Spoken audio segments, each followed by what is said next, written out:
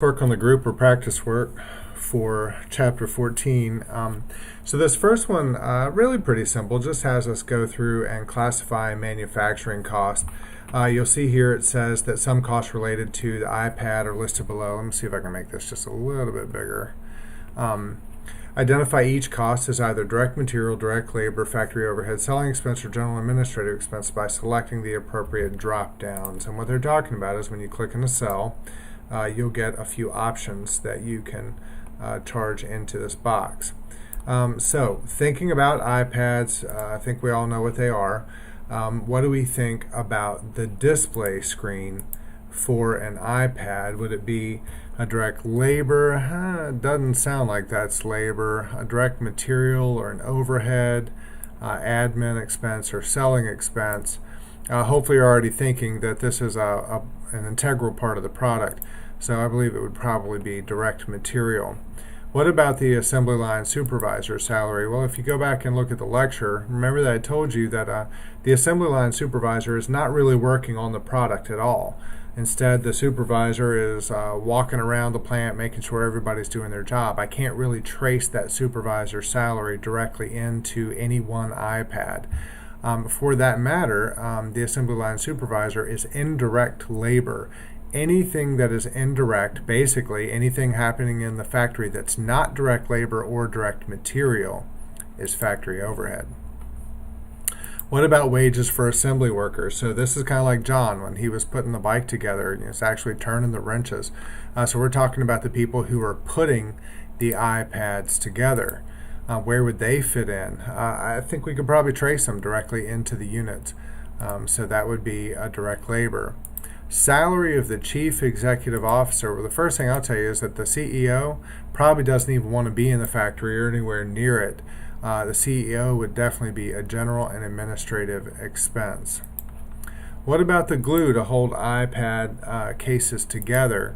And a lot of people kind of get a little bit tripped up on this, but rightly so.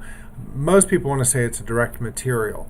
But what I want to ask you is, do you really think we're tracking how many grams of glue and how much those grams of glue cost to go into the iPad? You know, because some iPads might get a little more, some iPads might get a little less. It's not quite an exact science. It's not like a display screen. That's pretty standard. So things, what we call incidentals, like glue, nuts and bolts, screws, nails, things like that, we consider to be an indirect material. If you think about John's workbench as he's putting that bicycle together, he probably didn't go and requisition an exact number of nuts and bolts to put that together. Instead, he's probably got a little box of nuts and bolts sitting right there at his bench. He just used what he needs when he needs. So those are called indirect materials, and if it's not direct labor and not direct material, but it happens in the factory, it's factory overhead. How about uniforms provided for each factory worker? Well, that's not a part of the product, so it's not direct material, and it's certainly not direct labor because it's not a person working, but it does happen in the factory, right? And that's what makes it factory overhead. And then we've got wages for the retail store worker. This person doesn't even work in the factory, so this isn't a product cost. So it's not direct material, direct labor, or factory overhead. And it looks to me that our best option for this would be selling expense. And then we've got depreciation, the straight line depreciation on robotic equipment used in assembly. If this were any type of variable, then you might be able to do something else, but I kind of doubt it. It is in the factory though, right? It's in the factory, it's not material, it's not labor, and if it's not direct material and it's not direct labor, it's factory overhead. If you looked at the introduction video, then you know that you can walk right on down here to the bottom and you can click on this great little check my work link, and you'll see here that it tells me that the answer is complete and correct. Everything's got nice little green check marks next to it, so all good on that one. Use that check my work, it's awesome. All right, so we're done with that one. We'll go ahead and score this question, and we'll move over to the next one. And here we're looking at 1411 says cost of goods sold computation. Hopefully you remember what that is. We'll see if we can figure it out. So they're wanting us to complete cost of goods sold for each of these two companies. One of them is a merchandiser, that's Unimart. See, merchandising business, Unimart. And then manufacturing business is going to be Precision Manufacturing, and they've given us data for both. So here is the partial income statement that they're asking us to fill out. Looks like I probably need to make this just a tad bit smaller. How do we do it? Well, if you remember, I said that it's a formula that you just need to memorize. You really should memorize it. We always need our beginning first. So we need our beginning inventory, obviously for merchandise, since we're talking about a merchandiser. So we want our merchandise inventory at December 31, 14. Why 14? Because this is 15. This has to be the beginning inventory. And then what are we going to add in? We're going to add in our purchases. So anything that we have to add in there, that gives us goods available for sale. What do we have to take away? We have to take away our ending inventory. So that's our December 31, 2015 inventory. Now it's just about plugging the numbers in, right? So our beginning is $275,000. And we're going to add in $500,000 of purchases.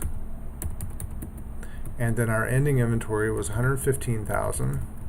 So our cost of goods sold should be $660,000. Beauty of a YouTube video is that if I'm going too fast for you, you can always pause and back me up a little bit. So knowing that, I will keep on going. So next we're going to do precision manufacturing. We've got the 450, the 900, the 375. So it's kind of broken out the same way, but look at what they're calling it. They're calling it something different. They're saying finished goods and cost of goods manufactured and finished goods down here. So it is the same formula though, right? In order to get cost of goods sold, we need the beginning finished goods inventory. We need to add in our cost of goods manufactured, and then we need to take away our finished goods inventory 2015. Again, I'm just going to scroll up for a second. Here's where the numbers come from: 450, 900, 375. It's nice that they're in order. 450,000, 900,000. Felt like I had too many zeros there for a second. And 375,000. And that gives us an ending cost of goods sold of $975,000. Once again, just for giggles, I'm going to go ahead and hit check my work. And it says that the answer is complete and correct on both of those. Okay. Moving on to the next one. All right.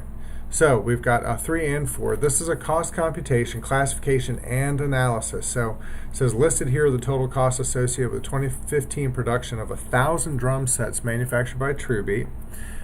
Drum sets sell for $500 each, and then it tells us kind of some of the stuff that we have here. We've got plastic for casing, wages of assembly workers, a bunch of different things. Let's figure out what they want. So it says classify each cost and its amount as either variable or fixed, and either product or period.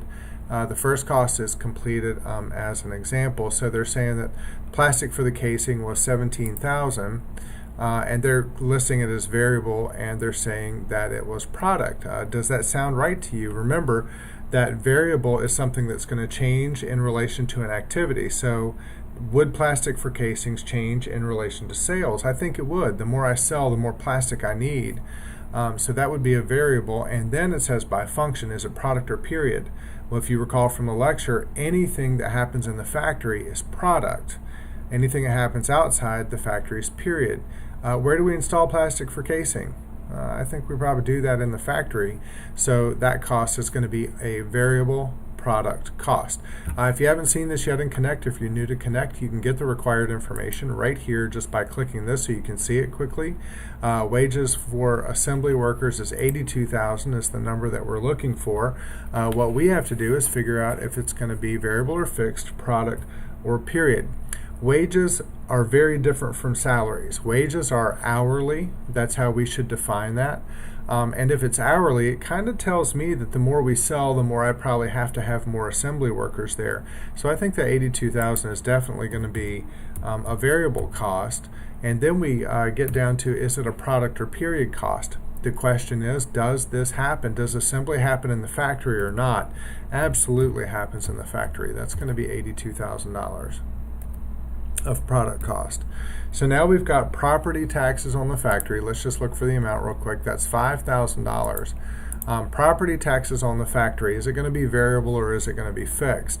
Property taxes are typically value based on the building. So that means it's a fixed expense. It's not something that's going to change in relation to sales. And then, does it happen in the factory or not? It says it's on the factory, so that was a no-brainer, $5,000 in product cost. Then we get accounting staff salaries. This is salaries now, right? Variable or fixed is the question. It's $35,000. Salaries never ever change, doesn't change in proportion to sales. So that's going to be a fixed cost. And do you think the accountants want to work in the factory or do they want to work in a nice cushy office? I can tell you where I am sitting right now, and it's not a factory. It is a period cost. Then we get down to drum stands. The more we sell, the more we have to buy, or the more that we're going to have to make, right? So I think that's variable. And just like plastic for casing, it definitely should be a product cost. How much are they? 1,000 stands were purchased, so that's going to be $26,000 is what it looks like. So $26,000 of variable and $26,000 product. And then we've got rent cost of equipment for sales staff, variable or fixed. Rent doesn't change in relation to sales. If we go up here and look, it says that it was $10,000. So $10,000 in rent. Product or period, that's for sales staff, not factory staff. It's going to be period. How about upper management salaries? Well, salaries itself already tells you that it should be fixed. So upper management salaries are $125,000. $125,000. Do you think they want to be in the factory? Nope, they sure don't. They want to be in that nice, comfortable office with the accountants. So that's going to be a period cost. Annual flat fee for factory maintenance service. Do you think that's variable or fixed? A flat fee sounds like it's probably going to be fixed. Let's look at that. $10,000. So $10,000 of fixed cost. Do you think it happens in the factory or somewhere else? It says factory. I think that's where it goes. Product cost. Sales commissions. Sales commissions are going to change with sales. So the more you sell, the more this is going to cost. That makes it variable, without a doubt. It says it's $15 per unit. Well, the answer we want is not 15. How do we figure it out? Well, we did 1,000 units. So 15 times 1,000 is what we're looking for. So that should be $15,000. Variable, is it a product or period? It's the sales commissions, not factory. $15,000 goes to period. And then we have machinery depreciation straight line, $40,000. Straight line depreciation never changes. So that's going to be $40,000 of fixed. And do you think it's on factory equipment? If it's machinery, I'd say it's probably going to be certainly in the factory, so $40,000 there. So we just took all cost and classified them two different ways, one by behavior and one by function. What's the use? I mean, what is the point of all this? Well, it makes it kind of interesting because when we roll down to the second part of this problem, it says calculate the manufacturing cost per drum set. So this is kind of what happens in all of accounting is you get all this information from the financial accountants, the people who stopped at 211. They give you all this information, and then you as the managerial accountant needs to figure out what's relevant and what's not. What should I use for my managerial accounting report? And you'll see here we're looking at a report that says what's the manufacturing cost per drum set. And so what they're asking for is they're saying, hey, what are the variable production cost? Oh, variable production cost. Well, that would be any cost that is in variable and product. That would be a variable production cost. So I think plastic for casing, is a variable production cost. So I'm going to go put that down here, plastic for casing, and it was $17,000.